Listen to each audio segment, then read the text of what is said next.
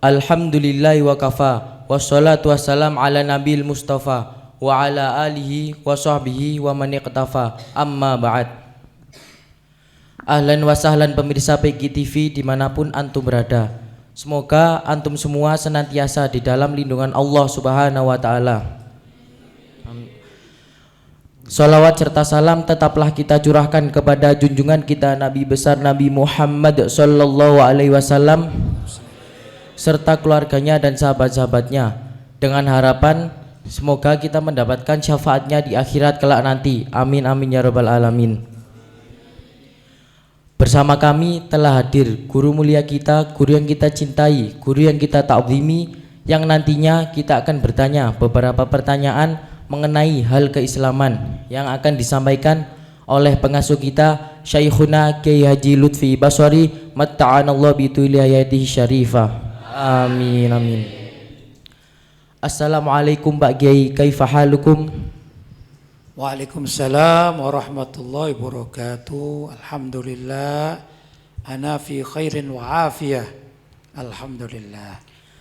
Alhamdulillah, senang rasanya bisa berjumpa dan duduk bersama Pak Kiai lagi. Alhamdulillah.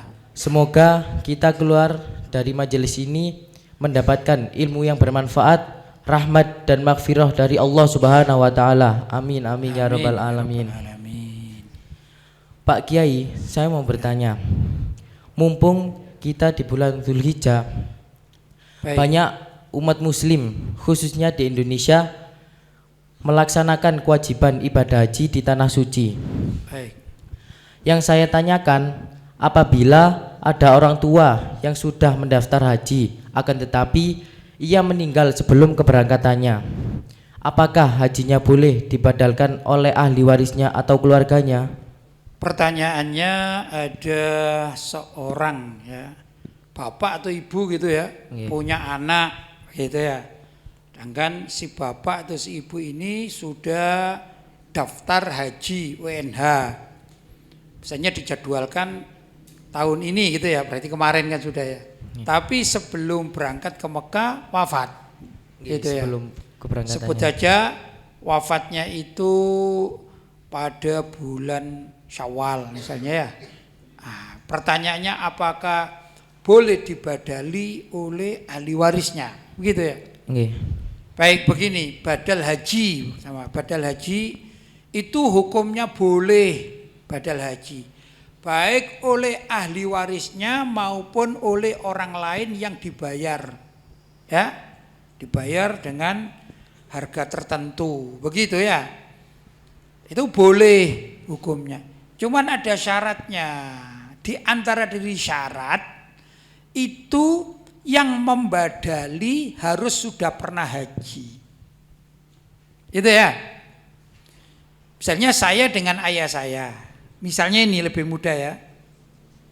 Ayah saya wafat. Bolehkah saya sebagai anak itu meniatkan haji badal untuk ayah saya? Syaratnya, kalau saya sudah pernah haji wajib, ya, kan haji itu wajibnya seumur hidup berapa kali? Sekali. Maka untuk berikutnya, yang andai kata saya berangkat haji lagi berarti haji sunnah saya, karena sudah haji wajib. Maka untuk haji sunnah saya boleh saya niati badal bagi ayah saya, begitu. Tapi kalau saya belum pernah haji, artinya kalau saya berangkat haji berarti haji wajib bagi saya, maka tidak boleh haji wajib saya yang pertama kali itu untuk niat badal ayah saya, begitu. Ya, itu diantara syaratnya. Bagaimana caranya ini? Kalau misalnya wong ayah saya ini sudah niat haji tapi meninggal sebelum berangkat haji. Saya ingin membadalkan biar ayah saya itu ya jadi seorang haji itu ya. Mungkin kalau di Indonesia panggilannya haji fulan gitu ya kalau di Indonesia ya. Maka caranya saya mencari orang yang sudah pernah haji. Misalnya sampean sudah pernah haji misalnya ya. Kemudian saya bayar. tolong hajikan ayah saya, begitu ya. Saya beri ongkos begitu sesuai dengan kesepakatan.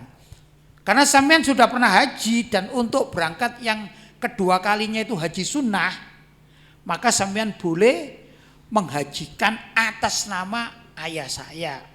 Ongkos hajinya dari saya sesuai dengan kesepakatan. Itu caranya begitu.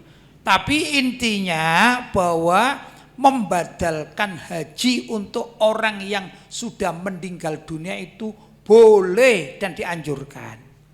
Ya, masalahnya sekarang bagaimana andai kata nggak ada yang ngurusi ini. Ya, nggak ada yang ngurusi. Kan macam-macam keluarga itu. Padahal misalnya ayah saya sudah daftar haji, tinggal berangkatnya saja meninggal dunia. Terus anak turunnya itu tidak ngerti, satu mungkin tidak ngerti caranya, kedua memang bukan ahli dalam bab itu. Ya, misalnya anaknya perempuan semua, gimana mau menghajikan? Berangkat sendiri aja, ya cari mahram masih sulit dan lain sebagainya. Pokoknya ada kesulitan-kesulitan ya. Maka sesungguhnya ayah saya yang wafat duluan sebelum berangkat haji itu, indallah di hadapan Allah sudah mendapatkan pahala haji. Begitu ya. Hanya saja kalau orang Indonesia mungkin belum tepat dipanggil Pak Haji gitu ya, untuk adat Indonesia. Tapi secara hukum agama, karena sudah niat, mungkin sudah pernah sekali dua kali ikut manasik kalau di Indonesia ya. Jadi hatinya betul-betul mau berangkat, tiba-tiba meninggal dunia. Maka ayah saya yang meninggal dunia itu sudah mendapatkan pahala haji begitu dari Allah Subhanahu wa taala. Saya pun alhamdulillah ini ya. Saya dengan istri saya sekarang ini sudah daftar haji. Saya daftar hajinya itu 2012. Kalau menurut jadwalnya berangkatnya itu tahun 2024. Jadi tahun depan ini berangkat semestinya. Itu sebelum ada peristiwa corona. Tapi setelah ada peristiwa corona, ada sedikit gonjang-ganjing tentang pendaftaran dan pemberangkatan haji. Maka sampai sekarang masih menunggu informasi dari Departemen Agama. Saya berangkat tahun berapa? Apakah tepat tahun 2024 atau ditunda tahun 2025 atau ditunda 2026? Bahkan estimasi yang pernah saya dengar dari pegawai Depak waktu itu, belum yang terakhir ini, katanya kemungkinan saya berangkatnya tahun 2027 katanya. Ya, nah ini kan sudah berangkat dan hati ini sudah siap. Bahkan kalau saya ini ya, kemarin, kan sekarang sudah selesai musim haji ya. Andai kata kemarin itu dipanggil berangkat haji, saya siap. Hati siap, mohon maaf, alhamdulillah, ongkos pun siap. Kan tinggal melengkapi berapa saja karena sudah lunas. Ya, artinya andai kata diminta berangkat yang tahun haji tahun ini yang sudah sarangan sudah selesai ya. Itu siap, berarti apa? Hati semuanya sudah siap. Andai kata meninggal dunia sebelum berangkat haji, ya, maka sesungguhnya Allah sudah memberi pahala kepada saya dan ya orang-orang seperti itu yang meninggal dunia sebelum berangkat haji. Jelas? Baik. Pak Kiai, Baik. sebagai warga negara yang patuh akan peraturan lalu lintas berkendara, Baik. kan wajib bagi kita semua memiliki SIM. Bukan wajib tapi harus. Wajib itu bahasa agama. Kalau harus itu adalah bahasa kenegaraan atau yang lainnya. Kalau wajib itu pasti ada dalilnya. Ya, wajib. Maka katakan keharusan. Lanjut. Baik SIM motor maupun SIM mobil. Ya harus memiliki SIM. SIM motor maupun SIM mobil. Baik. Pertanyaannya? Yang saya tanyakan, bagaimana hukumnya jika membuat SIM pakai calo? Oh, hukum membuat SIM pakai calo. Ini mau hukum negara atau hukum Islam yang ditanyakan? Hukum Islam. Baik. Hukum Islam tentang calo ya. Praktek di lapangan. Begini, calo itu ada dua yang saya tahu. Calo ada dua. Kita bicara SIM gitu ya, lebih mudah. Nah, bisa SIM, bisa sertifikat dan lain sebagainya ya. Calo ada dua. Calo pendamping satu dan calo pekerja. Paham? Ini istilah saya. Calo pendamping dan calo pekerja. Kalau calo pendamping itu begini misalnya. Sampean tidak pernah pergi ke kantor polisi atau samsat, tidak ngerti. Jangankan ngurus, pintunya aja nggak tahu, karena memang nggak paham. Ya. Kemudian kawan sampean ini dia paham dan punya pengalaman ngurus SIM jadi. Paham? Maka sampean diantarkan oleh kawan sampean ini. Ya dengan perjanjian apa? Misalnya begini, tolong antarkan saya mengurus SIM ya, sampean tak bayar 100.000 misalnya. Maka sampean diantarkan oleh kawan sampean ini ya, mulai dari rumah, gambarannya goncengan naik motor gitu ya, sampai ke tempat kantor pos, itu loh alamatnya, kan tahu sekarang ya. Kemudian didampingi, bahkan waktu ujian pun gitu ya, ujian praktek, ujian tulis, sama juga didampingi walaupun dari jauh. Karena sampean tidak berani ya, sudah sampai sampean melakukan segala sesuatu terkait dengan ujian, membuat SIM, bahkan sampai lulus gitu ya. Sedangkan teman sampean ini mendampingi, ini juga namanya calo, boleh hukumnya. Namanya jual jasa. Jual jasa mengantarkan, termasuk mengambilkan formulir, termasuk ikut membayarkan ke bank karena sampean tidak tahu, termasuk juga mendampingi waktu foto. Ya, itu boleh. Karena apa? Namanya penjual jasa. Hukumnya sah di dalam jual beli. Paham? Itu satu. Yang kedua, calo pekerja. Apa itu calo pekerja? Begini calo pekerja itu. Sampean tanya, saya kepingin bikin SIM. Oh ya, enggak apa-apa, lewat saya uruskan semuanya. Misalnya bikin SIM itu misalnya ya, sebut saja SIM motor itu ya, sebut saja 300.000 itu ya. Maka dia minta sama sampean, saya buatkan dengan bayar 1 juta. Loh, kok 1 juta? Saya dengar 300.000. Iya, soalnya kalau mau jalan tol, saya harus bayar pertama kepada satpamnya, misalnya satpam yang ada di kantor polisi. Berapa bayar satpamnya? 50.000. Minta parkiran yang nyaman misalnya. Zaman saya mau ngasihkan uang 1 juta kan ya, diambil 50.000 untuk satpam, minta yang nyaman gitu ya. Kedua, saya harus membayar penjaga loket. Berapa penjaga loket? Misalnya 100 mintanya, begitu ya.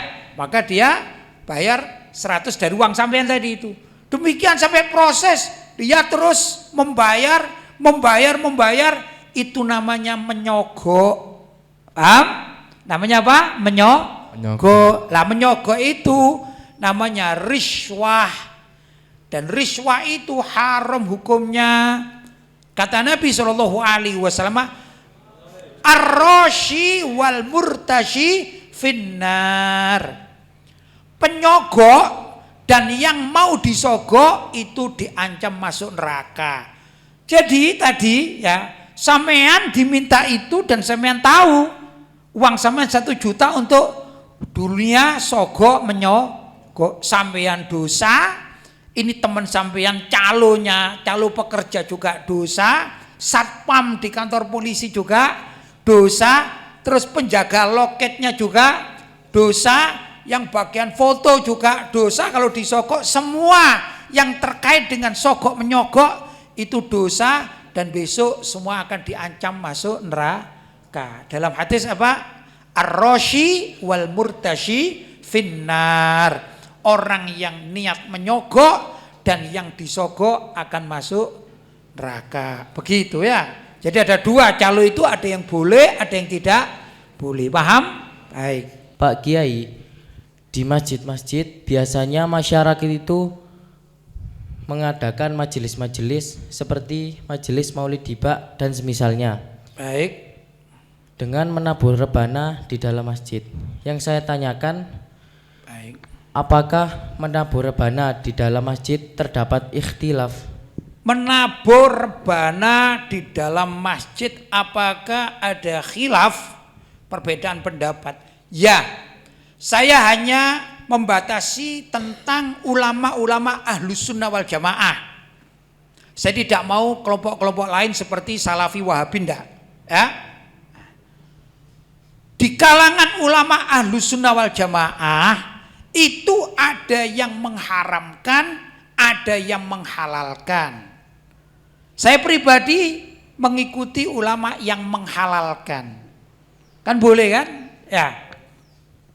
Di antara yang menghalalkan, di antaranya itu Al-Imam Ibnu Hajar Al-Haytami.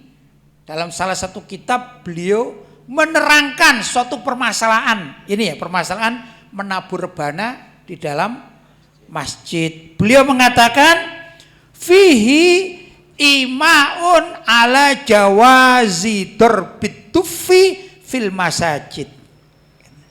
Fihi imaun, pada kalimat-kalimat di atas ini, itu panjang kalimatnya ya. Imaun, ada tanda-tanda jawazu dorbit tufi fil masajid, bolehnya memukul rebana di masjid-masjid. Itu menurut fatwa Al-Imam Ibnu Hajar Al-Haytami. Jadi beliau memperbolehkan, ya, terutama pada acara-acara kemanten utamanya. Tapi oleh ulama Ahlussunnah wal Jamaah dikiaskan juga, misalnya ada acara Maulid Nabi, Isra Mi'raj, begitu ya. Saya mengikuti pendapat ini, walaupun ada pendapat lain ya yang melarangnya. Saya tidak menyebut satu orang ya. Saya itu mengenal seorang profesor, doktor, alim, mempunyai buku beliau, mengarang buku. Ya, ringkas cerita, ini orang Banjar, Al-Banjari. Beliau mengarang kitab tentang haramnya memukul rebana di masjid. Ya, dengan dalil-dalil, ya saya tidak menyebut namanya. Tapi ulama Banjar lainnya itu memperbolehkan memukul rebana di masjid walaupun satu marga. Ini contoh kecil.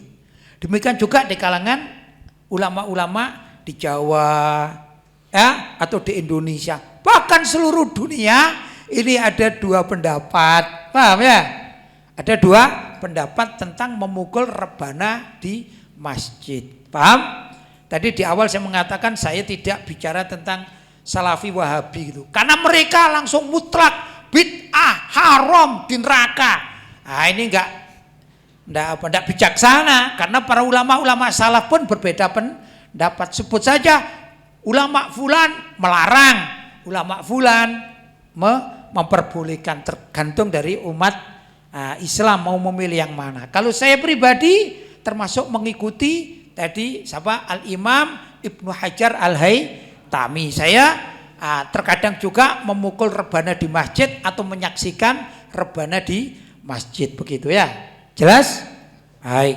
Pak Kiai, pemuda zaman sekarang kan banyak yang memodel rambutnya dengan berbagai macam warna. Ada yang warna oranye, hijau, biru, dan lain sebagainya. Baik. Yang pang gitu ya, seperti anak-anak pang gitu ya. Baik. Yang saya tanyakan, bagaimana hukumnya jika ada seseorang yang menyemir rambutnya dengan warna kehitaman atau coklat cenderung gelap? Oh, pertanyaannya tentang hukum menyemir rambut. Intinya begitu. Begini di dalam syariat. Ya, saya tidak bicara anak pang atau apa. Dalam syariat, menyemir rambut itu ada dua hal. Ya. Ada yang diharamkan dan ada yang diperbolehkan. Begitu ya. Pertama, yang diharamkan adalah orang tua yang sudah rambutnya beruban, kemudian dia ingin menikah. Mungkin ini duda gitu ya. Ingin menikah dengan wanita yang dia tidak kenal sebelumnya, orang desa atau apa. Kemudian dia menyemir rambutnya dengan warna hitam. Tujuannya apa? Tujuannya agar wanita yang mau dinikahinya itu menganggap dirinya atau si duda yang tua itu masih muda. Ini ada nilai penipuan. Tidak boleh, haram hukumnya. Ya, sudah? Nah, ini dikiaskan oleh para ulama bahwa menyemir rambut dengan warna hitam, sebagian ulama itu mengharamkannya karena ada nilai penipuan. Paham? Itu ilahnya, ilah penipuan. Sudah ya? Sedangkan menyemir rambut dengan warna selain hitam yang menyebabkan gini, warna hitam itu dianggap ada nilai penipuannya. Sedangkan menyemir rambut bukan dengan warna hitam diperbolehkan. Paham? Coklat, kuning, begitu ya. Tapi ada tapinya juga. Menurut sebagian ulama yang menangani adab sopan santun khususnya bab tarbiyah dan akhlak, menyemir rambut dengan tujuan mengikuti tradisi orang-orang kafir. Paham? Misalnya ini ya, sebelah sini kan sekarang musim, sebelah sini warnanya merah, sebelah sini warnanya hijau, sebelah sini sedikit warnanya kuning, sebelah sini biru. Itu enggak ada ulama mencontohkan seperti itu. Kebanyakan adalah penyanyi-penyanyi barat, orang kafir-kafir, pemain film, ya, dan lain sebagainya. Maka mengikuti tradisi orang kafir hukumnya haram. Paham? Jadi tergantung menyemir rambut itu. Tapi kalau menyemir rambutnya itu untuk suatu kepentingan, mau merah, mau ini dan lain sebagainya ya, untuk suatu kepentingan bukan meniru kebiasaan orang kafir, maka boleh. Jadi tergantung dari penggunaan semir tersebut. Jelas? Nah, bagaimana hukumnya menyemir rambut hitam? Apakah ada yang memperbolehkan? Ya, dalam satu kondisi boleh seseorang itu menyemir rambutnya menjadi hitam. Siapa? Ya tadi itu yang sudah agak tua-tua. Dalam keadaan apa? Begini. Kalau misalnya saya katakan ini satu komunitas, ya, jundun. Apa jundun ini? Pasukan Islam. Ternyata rambutnya banyak yang putih sudah.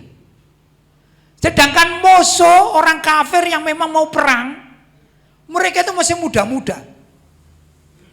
Maka diejeklah oleh pasukan kafir.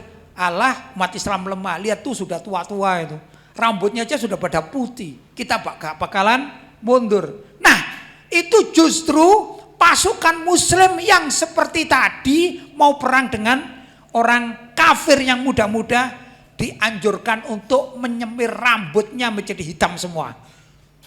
Agar apa? Agar orang kafir ini juga takut, oh ternyata pasukannya ini masih sehat-sehat. Buktinya apa? Rambutnya masih hitam. Nah, jadi kondisional seperti itu ya. Harus tahu kita tata cara menyemir rambut, mana yang boleh halal di dalam hukum Islam, mana yang haram di dalam hukum Islam. Paham? Baik. Pak Kiai, watak seseorang itu kan berbeda-beda. Baik. Ada yang keras, lembut, dan semisalnya. Yang saya tanyakan, bagaimana cara merubah watak seseorang yang keras kepala? Watak seseorang ya yang keras kepala gitu ya, apakah bisa berubah? Di dunia ini semuanya bisa berubah karena ada takdir Allah Subhanahu wa taala. Secara ringkas takdir itu saya terangkan ada dua. Ada namanya takdir mubrom, yaitu yang tidak mungkin berubah. Seperti kita yang laki-laki ini ditakdirkan lahir laki-laki, ya sudah, sampai mati pun kita namanya laki-laki, walaupun kita misalnya naudzubillah min dzalik ada yang operasi kelamin dengan kelamin wanita, maka hukumnya tetap sebagai laki-laki. Namanya apa? Takdir mubrom. Paham ya? Yang kedua takdir mu'allak, yaitu takdir yang bisa berubah dengan doa, ya? Nah, termasuk juga takdir menjadi orang yang wataknya keras itu bisa berubah. Kalau apa? Misalnya ada kemauan dari orangnya, Satu ya. Misalnya pelakunya, ya mohon maaf saya sebut sampean aja lebih mudah ya. Kalau sampean itu wataknya keras, kalau sampean ingin berubah, maka sampean bisa merubah dengan dirinya sendiri itu satu. Ya, walaupun takdirnya takdir mu'allak sudah jadi takdirkan orang wataknya keras, tapi bisa berubah. Paham ya? Kalau ada kemauan dari dirinya sendiri, itu pertama.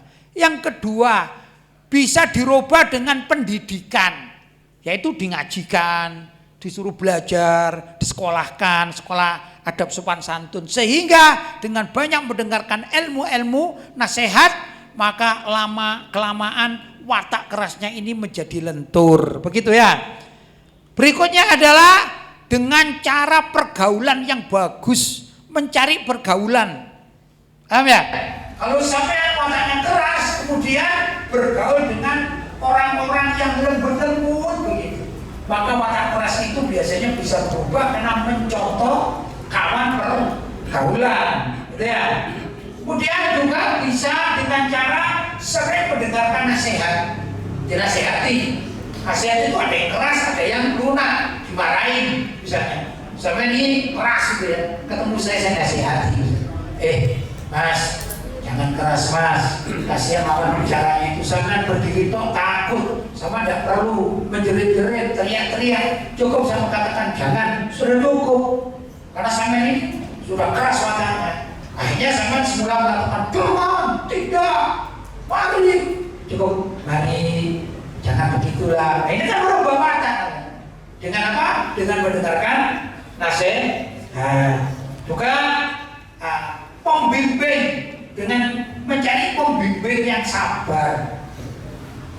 Pembimbing ini penting ya. Kalau orang wataknya keras, dengan pembimbing yang sabar, insya Allah dia bisa merubah wataknya yang keras menjadi sabar.